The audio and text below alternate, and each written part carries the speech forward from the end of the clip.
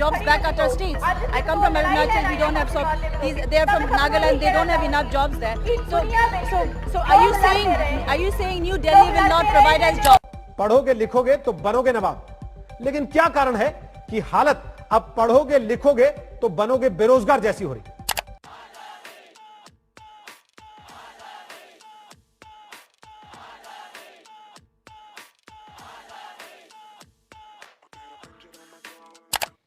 Hey guys, welcome back to the session. आज हम बात करने वाले हैं सीएपीएफ असिस्टेंट कमांडेंट 2023 के पेपर 2 के एक बड़े ही इंपॉर्टेंट टॉपिक के ऊपर, जो हमारा टॉपिक होता है कि अनएम्प्लॉयमेंट इन इंडिया, यानी कि भारत के अंदर बेरोजगारी के ऊपर हम इस पेपर 2 के अंदर एक ऐसे देखने वाले हैं। तो प्लीज़ पूरा वीडियो आप ध्यान से ज़रूर देखिएगा।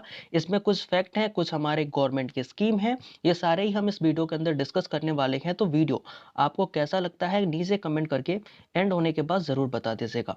अगर मैं बात करूं इंट्रोडक्शन की, तो हम अपने इस ऐसे को किस तरीके से इंट्रोड्यूस कर सकते हैं। तो इंट्रोडक्शन की मैं बात करूं, the term unemployment refers to a situation where a person who want to do work but unable to find work. क्या कह रहा है ये? कह रहा है कि जो हमारा टर्म है जिसको हम अनएम्प्लॉयमेंट बोल रहे हैं, ये बेसिकली रेफर्स करता है एक ऐसी सिचुएशन को जहां एक इंसान जिसे नौकरी करनी है, जिसे काम करना है, लेकिन जब वो काम को ढूंढता है तो उसके लिए जो काम है वो नहीं मिल पाता। उसी सिचुएशन को हम क्या बोलते हैं? अनएम्प्लॉयमेंट कहते हैं, बेरोजगारी कहते हैं। According to the CMI, basically हमारी सीएमआई जो होती है वो क्या करती है? एक रिपोर्ट जारी करती है अनएम्प्लॉयमेंट को लेकर के। तो अकॉर्डिंग टू द सीएमआई, अगर मैं सीएमआई की बात करूं, तो इसके रिपोर्ट में ये कहा गया कि India's unemployment rate shot up from 7.5% in February to 7.8% in March. कहने का मतलब ये है कि जो हमारी सीएमआई की रिपोर्ट है वो ये कहती है कि भारत में जो अनएम्प्लॉयमेंट की दर है वो क्या हुई है? बढ़ी है। यानी कि अगर मैं बात करूं तो पहले हमारी दर फरवरी के अंदर 7.5% थी और मार्च के अंदर ये जो हमारी अनएम्प्लॉयमेंट रेट है ये हो गई है 7.8%। तो इसलिए हम कह सकते हैं कि नाउ अनएम्प्लॉयमेंट, इसलिए हम कह सकते हैं कि जो अभी अनएम्प्लॉयमेंट है यानी कि बेरोजगारी है वो बिग इशू हो जाती है इन इंडिया, हमारे भारत के अंदर।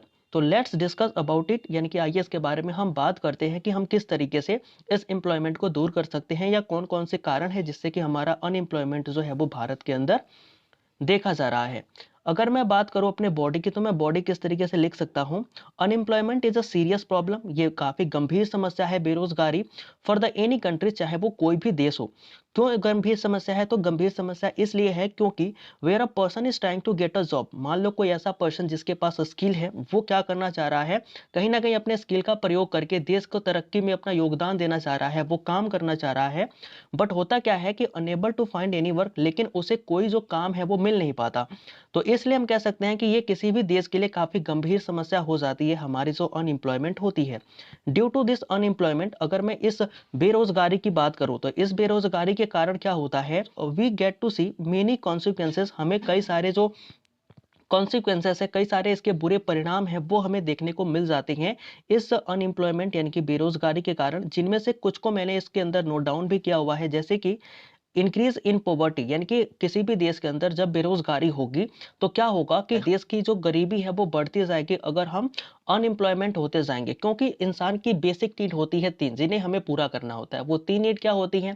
पहला मोबाइल, दूसरे मोबाइल के अंदर सिम, और तीसरा होता है सिम कार्ड के अंदर रिचार्ज। क्या यही होती है? नहीं होती है। हमारी जो थ्री बेसिक नीड्स होती हैं वो क्या होती हैं? वो होती हैं बेसिकली रोटी, कपड़ा और मकान। और ये सभी चीजें आती कहाँ से है? पैसे से। और पैसा हमें कहाँ से मिलता है? नौकरी करके या काम करके। तो हम बेसिकली कह सकते हैं कि अगर हमें काम ही नहीं मिलेगा तो हमारे पास पैसा ही नहीं होगा, और पैसा नहीं होगा इसका मतलब कि हम गरीब हो जाएंगे, यानी कि इंक्रीज इन पॉवर्टी कहीं ना कहीं हमें देखने को मिल सकती है अगर हम इन अनएम्प्लॉयमेंट की बात करते हैं।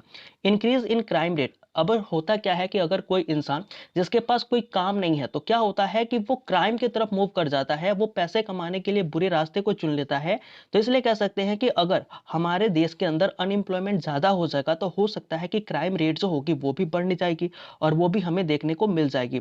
लो वेजेस भी इसका एक कॉन्सिक्वेंस होता है, बुरा परिणाम इसका होता है लो वेजेस।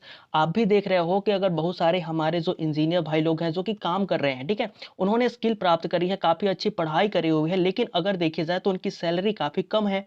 तो ये कहीं ना कहीं हमारी अनएम्प्लॉयमेंट की सिचुएशन की वजह से ही है, क्योंकि हमारे पास जो जॉब है वो लिमिटेड है, जॉब काफी कम है, और बोल सकते हो कि जॉब करने वाले कई लोग हैं, तो हमें वेजेस जो है वो कम मिलता है, जिसकी वजह से हम गरीबी को भी देखते हैं, हमारी नीड्स पूरी नहीं हो पाती। लैक ऑफ क्वालिटी जॉब, यानी कि आप जिस जॉब के लिए बोल सकते हो स्किल्ड हो, आप जिस जॉब के लिए पढ़ाई करे हो ना, कई बार ऐसा होता है कि आप उस जॉब के अलावा दूसरी जॉब भी करते हो। ऐसा क्यों करते हो? क्योंकि सरकार के पास या फिर हमारे कंट्री के अंदर जो है वो जॉब ही नहीं है। तो लैक ऑफ क्वालिटी जॉब भी आप देखते होंगे। कई बार आप न्यूज़ आर्टिकल्स वगैरह में पढ़े होंगे, जैसे कि किसी ने पीएचडी करा, उसने ग्रुप डी का फॉर्म भरा, तो इस तरीके से आप देख सकते हो कि आप लैक ऑफ क्वालिटी जॉब, यानी कि जो क्वालिटी जॉब होती है जिसके लिए आपने पढ़ाई करी ना, वो सारी चीजें आपको नहीं मिल पाती। ह्यूज वर्कफोर्स इन अ इनफॉर्मल सेक्टर, और इसके वजह से क्या होता है कि जो हमारे अनएम्प्लॉयमेंट है, तो कई सारे जो पढ़े लिखे लोग जो कि एक फॉर्मल सेक्टर में जाकर के नौकरी कर सकते थे, उन्हें नौकरी नहीं मिल रही होती है, तो वो क्या करते हैं, इनफॉर्मल सेक्टर की तरफ चले जाते हैं। और बहुत ज़्यादा भीड़ जो है वो हमारे इनफॉर्मल सेक्टर, ये इनफॉर्मल सेक्टर क्या होते हैं, तो बेसिकली जिनमें आपका पीएफ वगैरह नहीं करता ना, तो ऐसे चीज़ों को हम क्या बोलते हैं, इनफॉर्मल सेक्टर बोलते हैं। जैसे कि आप ओला हो गया, उबर हो गया, जोमेटोज हो गया, इसमें जो एम्प्लॉय काम करते हैं ना, ये हमारे इनफॉर्मल सेक्टर ही होते हैं। Decline of trust in the government, यानी कि अगर आपको नौकरी नहीं मिल रही है, तो कहीं ना कहीं आपको जो बोल सकते हो ना डेमोक्रेसी है, उससे विश्वास हट जाएगा। आपको लगेगा कि यार सरकार तो नौकरी दे नहीं रही है, तो आपका कहीं ना कहीं गवर्नमेंट से जो विश्वास है वो भी खत्म हो जाता है। डिमांड एंड सप्लाई, ये अभी हमने पढ़ा था ऊपर कि डिमांड एंड सप्लाई का मतलब क्या हुआ, कि हमारे पास जॉब जो है वो है कम, सप्लाई है हमारी कम, लेकिन हमारी जो डिमांड है, हम जॉब करने वाले जो हैं वो है बहुत सारे। तो कहीं ना कहीं जो हमारी कंपनियां होती है ना, वो क्या करती हैं, हमारा शोषण करना स्टार्ट कर देती हैं। वो आपको 6 घंटे के अलावा ना 8 घंटे, 10 घंटे, 12 घंटे भी काम करने के लिए बोल सकती हैं। तो ये बेसिकली डिमांड और सप्लाई का खेल होता है। एंड वुमेन पार्टिसिपेशन, अब सोचो यार, अगर मेल को ही नौकरी नहीं मिल रही है, तो फीमेल को नौकरी देने की बात कौन करेगा, ठीक है। तो कहीं ना कहीं हमारी जो वुमेन पार्टिसिपेशन है वो भी कम हो जाती है जब हम अनएम्प्लॉयमेंट की बात करते हैं। नेक्स्ट हम बात करेंगे, the government of any countries would not like to there should be a serious problem like unemployment, यानी कि किसी भी देश की सरकार जो है ना, वो ये नहीं चाहेगी कि जो अनएम्प्लॉयमेंट जैसी गंभीर समस्या है उसके देश में हो। तो ये बेसिकली क्यों नहीं चाहेगी, क्योंकि अभी हमने रीजन देखा कि इसके वजह से क्या क्या चीजें होती हैं इन इट्स कंट्री। अगर मैं बात करूं तो कोई भी जो गवर्नमेंट है ना, वो अपने देश के अंदर ऐसा कभी नहीं चाहेगी कि जो बेरोजगारी जैसी जो गंभीर समस्या है ना, उसके देश में उत्पन्न हो। फॉर दिस, इसके लिए अगर मैं बात करूं तो मेनी कंक्रीट स्टेप, यानी कि कई सारे जो ठोस कदम है वे जो है वो उठाए गए हैं, has been taken in our countries, हमारे देश के अंदर। तो उसमें से हम कुछ स्टेप्स के बारे में पढ़ने वाले हैं। तो दिस स्टेप्स आर यहाँ पर दिए गए हैं। पहले होते हैं स्टैंड अप इंडिया, यानी कि हमारे देश के अंदर जो इस बेरोजगारी को दूर करने के लिए कुछ जो कंक्रीट स्टेप्स उठाए गए हैं, उनकी अगर मैं बात करूं तो पहला हमारा स्टेप होता है स्टैंड अप इंडिया। यानी कि स्टैंड अप इंडिया एक जो हमारा प्रोग्राम था, जिसके तहत हम क्या करना चाह रहे थे, बेरोजगारी को कम करना चाह रहे थे। स्टार्टअप इंडिया भी इसी तरीके का हमारा गवर्नमेंट का एक स्टेप था। प्रधानमंत्री कौशल विकास योजना भी जो है वो इन अनएम्प्लॉयमेंट को दूर करने के लिए लाई गई थी। प्रधानमंत्री जन रोजगार योजना जो है वो भी हमारी इस अनएम्प्लॉयमेंट को दूर करने के लिए ही लाई गई थी। और आईआरडीपी, यानी कि इंडियन रूरल डेवलपमेंट प्रोग्राम जो है, ये भी बेसिकली लाया गया था ताकि हम अपने एम्प्लॉयमेंट को बढ़ा सके और अनएम्प्लॉयमेंट को दूर कर सके। तो ये बेसिकली हमारी गवर्नमेंट के कुछ स्कीम है जो इससे संबंधित हैं, और ये हमारी सरकार लेकर के आई थी ताकि वो क्या कर सके, अनएम्प्लॉयमेंट को दूर कर सके।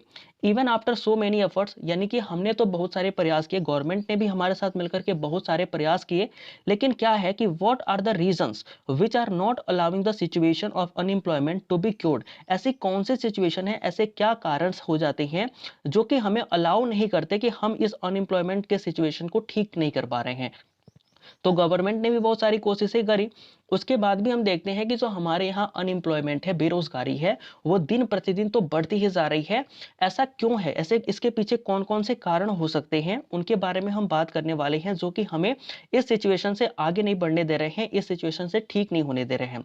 तो after analysing we would find that, यानी कि जब हमने इसके बारे में एनालाइज किया, जब हमने इसके बारे में जाना, तो हमें क्या पता चला, वी वुड फाइंड दैट, हमने पाया कि दैट द रीजंस आर, जो कि इसके कारण है वो इस प्रकार से है। पहला कारण हमारा होता है पॉपुलेशन ग्रोथ यानी कि बढ़ती हुई जनसंख्या। अभी आपने एक न्यूज़ देखी होगी, उस न्यूज़ में बताया गया था कि हम आने वाले मार्च अप्रैल था शायद या मई जून था, उसमें हम क्या करने वाले थे, हम चाइना को पीछे छोड़ करके दुनिया के नंबर 1 पॉपुलस कंट्री जो है वो बनने वाले थे। तो कहीं ना कहीं जो पॉपुलेशन ग्रोथ है हमारी वो बहुत ज़्यादा है। हमारे यहाँ जो पॉपुलेशन है वो काफ़ी तेज़ी से बढ़ रही है। पॉपुलेशन बढ़ना कोई गलत चीज़ नहीं है, लेकिन ये गलत चीज़ तब हो जाती है जब हमारी जॉब नहीं बढ़ती। पॉपुलेशन तो बढ़ रही है लेकिन हमारी जॉब जो है वो नहीं बढ़ रही है, तो कहीं ना कहीं ये हमारे लिए एक बहुत बड़ा कारण हो जाता है जिससे कि हम अनएम्प्लॉयमेंट को देखते हैं। दूसरा होता है lack of skill. Lack of skill क्या होती है कि बहुत सारे विद्यार्थी ऐसे हैं जिन्होंने पढ़ाई तो करी है, जिन्होंने इंजीनियरिंग तो करी है, लेकिन उनके पास अभी स्किल नहीं है। वो चीज़ें जो कंपनी के अंदर नीड है उन्हें वो चीज़ें पता नहीं है, तो कहीं ना कहीं उनको नौकरी नहीं मिलती और भी बेरोजगार हो जाते हैं। हालांकि उनके पास पढ़ाई उन्होंने करी, अपना 4 साल दिया बीटेक को, लेकिन फिर भी उसके अलावा उनके पास जो स्किल थी वो उनके अंदर नहीं है, जो कंपनी को नीड थी, इसलिए वो बेरोजगार हो गए। तो कहीं ना कहीं हमें लैक ऑफ स्किल जो है वो भी देखने को मिलता है। Delay in reform. Delay in reform का मतलब क्या होता है, जैसे मान लो भारत के अंदर आप देखो ना, तो एक लेबर लॉ से संबंधित अभी आर्टिकल था 4-5 दिन पहले, ठीक है, तो उस आर्टिकल के अंदर भी पढ़ोगे या फिर उसके पहले भी जो आर्टिकल आते रहे ना, उसमें जब आप पढ़ोगे तो आपको क्या लगेगा कि जो इस बिल के ऊपर है, जो लेबर रिफॉर्म के ऊपर है ना, वो बहुत पहले से बात होती आ रही है, लेकिन अभी हाल फिलहाल में ही इसके 4 जो नियम है वो लाए गए थे। तो कहीं ना कहीं हमारे यहाँ जो रिफॉर्म्स है ना वो काफी डिले हो जाती हैं रिफॉर्म्स के अंदर, और इन डिले की वजह से क्या होती है कि जो फॉरेन की कंपनियां होती है वो भारत में आकर के इन्वेस्ट नहीं करना चाहती, और इसलिए जो हमारे यहाँ रोजगार है वो बढ़ नहीं पाता और हम बेरोजगार हो जाते हैं। और भी हमारे पास रीजंस होते हैं, जैसे कि प्रॉब्लम इन द इम्प्लीमेंटेशन, यानी कि जो हमारी प्रॉब्लम्स होती है ना इंप्लीमेंट करने के लिए। जैसे सरकार ने जो बहुत सारे स्कीम चलाए, startup India, stand up India, प्रधानमंत्री कौशल विकास योजना, प्रधानमंत्री जन रोजगार योजना या फिर IRDP, तो ये सारे जो योजनाएं थे ना वो हकीकत अगर आप जमीन पर देखो ना तो उतनी अच्छी तरीके से इंप्लीमेंट नहीं हो पाए, और इसके वजह से भी हम क्या देखते हैं कि हमारे यहाँ जो है वो अनएम्प्लॉयमेंट की सिचुएशन जो है वो बनती है। तो ये तो हमारे कारण हो गए, ये सारी चीजें हमने पढ़ ली कि हाँ भैया ये काम गवर्नमेंट ने किए, लेकिन फिर भी इसके बाद जो हमारे यहाँ अनएम्प्लॉयमेंट है वो है। तो अब हम को अपना सुझाव देना होता है कंक्लूजन के अंदर कि इसको किस तरीके से और हम अच्छा कर सकते हैं। तो इसके लिए हम क्या बोल सकते हैं कि we talked about the consequences of unemployment. हमने बात करी कि भैया जो अनएम्प्लॉयमेंट है, जो बेरोजगारी है, उसके कौन कौन से जो दुष्परिणाम है, बुरे परिणाम है वो देखने को मिला आपको। दूसरे हमने बात की गवर्नमेंट स्कीम के बारे में कि जो गवर्नमेंट ने है, गवर्नमेंट के स्टेप थे कौन कौन से टुवर्ड द अनएम्प्लॉयमेंट, यानी कि जो बेरोजगारी को दूर करने के लिए गवर्नमेंट ने कौन कौन से कदम उठाए। एंड द लास्ट जो हमने बात करी वो थी कि रीजंस ऑफ द अनएम्प्लॉयमेंट, कि हमारे अनएम्प्लॉयमेंट के लिए कौन कौन से चीजें जो है वो जिम्मेदार हो जाती हैं, कौन कौन से ऐसे रीजन है जो बन जाती हैं। तो now if you use this suggestion, तो हम इस कुछ सजेशंस का इस्तेमाल करें, then we can reduce unemployment. तो हम क्या कर सकते हैं, जो अनएम्प्लॉयमेंट है उसको कहीं ना कहीं खत्म कर सकते हैं। तो दिस आर, ये बेसिकली हमारे कौन कौन से बोल सकते हो सजेशंस होते हैं। पहला हमारा होता है कि development of the rural areas. ऐसा क्यों मैं बोल रहा हूं कि देखो development of the rural area से होगा क्या कि अगर आप गांव का विकास करते हैं तो गांव के अंदर जो लोग हैं उनको गांव में ही जॉब मिल जाएगी, और कहीं ना कहीं जो अर्बन जॉब्स हैं, जो शहर में लोग जाते हैं जॉब करने के लिए, तो अर्बन जॉब्स पे जो प्रेशर आता है वो कहीं ना कहीं कम हो जाएगा। और अगर अर्बन जॉब्स पे प्रेशर कम होगा तो कहीं ना कहीं आपका माइग्रेशन भी कम हो जाएगा। तो इस तरीके से हमें development of the rural areas, यानी कि गांव या देहात के जो क्षेत्र हैं, जो रूरल एरियाज हैं, उनको क्या करना चाहिए, डेवलपमेंट करनी चाहिए, उनकी जो एक तरीके से बोलना चाहिए विकास हमें करना चाहिए। रिफॉर्म इन एजुकेशन, आपको जो एजुकेशन पॉलिसीज है, हालांकि इस पर गवर्नमेंट ने अपना नियम जो है वो लाया था, जो नेशनल एजुकेशन पॉलिसीज हमारी रही थी उसके अंदर गवर्नमेंट ने इसके ऊपर कानून बना दिया है। गवर्नमेंट ने बेसिकली कहा है कि आपको जो है वो वोकेशनल प्लस एजुकेशनल दोनों तरीके की एजुकेशन जो है वो दी जाएगी, यानी कि आप पढ़ाई के साथ साथ ना प्रैक्टिकल भी करोगे चीज़ों का, कहीं पर जाकर के जैसे वोकेशनल ट्रेनिंग वगैरह होती है तो वो आप करोगे। तो ये आपकी रिफॉर्म इन एजुकेशन हमें देखने को मिलता है।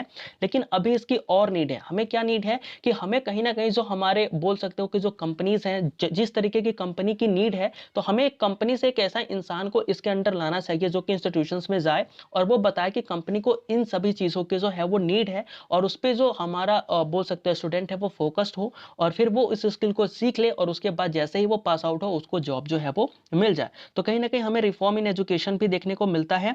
हमें जो है वो इंफ्रास्ट्रक्चर का निर्माण जो है वो सही तरीके से कराना होगा, यानी कि क्रिएट अ इंफ्रास्ट्रक्चर। ऐसा मैं क्यों बोल रहा हूँ, क्योंकि सोचो यार, अगर तुम्हारे यहाँ रोड नहीं है तो तुम्हारे यहाँ कंपनी तो छोड़ो, एक छोटी सी दुकान भी नहीं खुलेगी। ऐसा क्यों है? ऐसा इसलिए है क्योंकि भैया जो चीजें ना, जैसे मान लो ट्रांसपोर्ट के लिए भी हमें रास्ता चाहिए, हमें मकान चाहिए, तभी तो हम कुछ कर सकते हैं। तो हमें अपने इंफ्रास्ट्रक्चर पर भी ध्यान देना होगा, हमें जो चीजें हैं उनका निर्माण भी सही से कराना होगा, ताकि जो हमारा फॉरेन इन्वेस्ट है वो हमारे देश में आ सके, एंड देन हमें क्या होगा कि हमें जॉब जो है वो मिल जाएगी। गिव इनकम सपोर्ट, सरकार ये कहती है, या फिर बहुत सारे लोग जो हमसे बुद्धिजीवी हैं वो ये मानते हैं कि जब तक जिस इंसान की नौकरी नहीं लगी ना, अगर वो स्किल्ड है और उसकी नौकरी नहीं लगी, तो सरकार की जिम्मेदारी बनती है कि सरकार उसको तब तक क्या करे, इनकम सपोर्ट करे, उसको कुछ पैसे या तो डायरेक्ट दे या फिर इनडायरेक्ट तरीके से उसको पैसे जो है वो देता रहे। नेक्स्ट हम बात करते हैं इंसेंटिव इन एमएसएमई, यानी कि जो हमारी एमएसएमई सेक्टर है उसके अंदर हम क्या कर सकते हैं, इंसेंटिव दे सकते हैं, उनको कुछ छूट दे सकते हैं। जैसे कि इससे होगा क्या कि जो एमएसएमई है वो और ज़्यादा बढ़ेंगे, जैसे कि हमारे टेक्सटाइल इंडस्ट्रीज हो गए। तो इस तरीके से क्या होगा, लोगों को जॉब ज़्यादा मिल पाएगी और लोग जो है वो अनएम्प्लॉयमेंट नहीं रहेंगे, उन्हें भी जो है वो रोजगार मिल जाएगा। Investment in human development sector, यानी कि जो हमारे ह्यूमन डेवलपमेंट सेक्टर हैं, जैसे कि आपका हॉस्पिटल्स हो गए या फिर और भी ऐसे सेक्टर्स हो गए जिनके माध्यम से हम अपने ह्यूमन डेवलपमेंट रिपोर्ट में भी अपना स्थान और अच्छा कर सकते हैं, या फिर उसके वजह से लोगों को जॉब मिल सकती है। सोचो अगर हम क्या करते हैं कि अलग अलग जगहों पर ना ज्यादा हॉस्पिटल्स खोल देते हैं, तो लोगों को भी इससे फायदा होगा, और वे हॉस्पिटल्स खोलने की वजह से क्या होगा कि कई लोगों को जॉब भी मिल जाएगी। तो कहीं ना कहीं हमारी बेरोजगारी भी दूर हो रही है और हमारे सरकार को या फिर हमारे कंट्री के लिए फायदेमंद भी है। तो इसमें सरकार इन्वेस्ट कर सकती है, तो सरकार को ह्यूमन डेवलपमेंट सेक्टर के अंदर इन्वेस्ट भी करना चाहिए। तो this can be our step, ये हमारे स्टेप जो है वो हो सकते हैं, जिनके माध्यम से अगर हम इन्हें इफेक्टिवली बोल सकते हैं कि अगर सही तरीके से इनको इंप्लीमेंट किया जाए, which can effectively remove the problems of unemployment, तो ये क्या कर सकते हैं, बेसिकली एक प्रभावशाली तरीके से हमारे जो देश के अंदर जो अनएम्प्लॉयमेंट की सिचुएशन है उसको ये कहीं ना कहीं खत्म कर सकते हैं। तो आई होप कि ये जो चीजें हैं आपको समझ में आई होंगी। एक अच्छा एसेज आप इस कंटेंट के माध्यम से लिख सकते हैं। तो आपको वीडियो कैसी लगी ये आप हमें ज़रूर बता दीजिएगा। अगर ये वीडियो आपको यूज़फुल लगी है तो इसे अपने दोस्तों के पास भी शेयर ज़रूर कर दीजिएगा। आपने यहाँ तक सेशन अटेंड किया हुआ है तो इसके लिए आपका काफ़ी सारा धन्यवाद। अगर ये सारे काम आपने नहीं किए ना, तो अभी आप फटाफट कर लीजिएगा। पीडीएफ मैं आपको अपने टेलीग्राम चैनल पर दे दूंगा, तो उसे भी जाकर के आप ज्वाइन ज़रूर से कर लीजिएगा। आपकी कोई भी डाउट होती है, कोई भी क्वेरी होती है, तो आप हमसे बात कर सकते हैं, आप हमसे पूछ सकते हैं। लिंक जो है वो डिस्क्रिप्शन में दिया होगा, आप जाकर के उनसे ज्वाइन हो जाइएगा। मिलते हैं नेक्स्ट वीडियो में, तब तक के लिए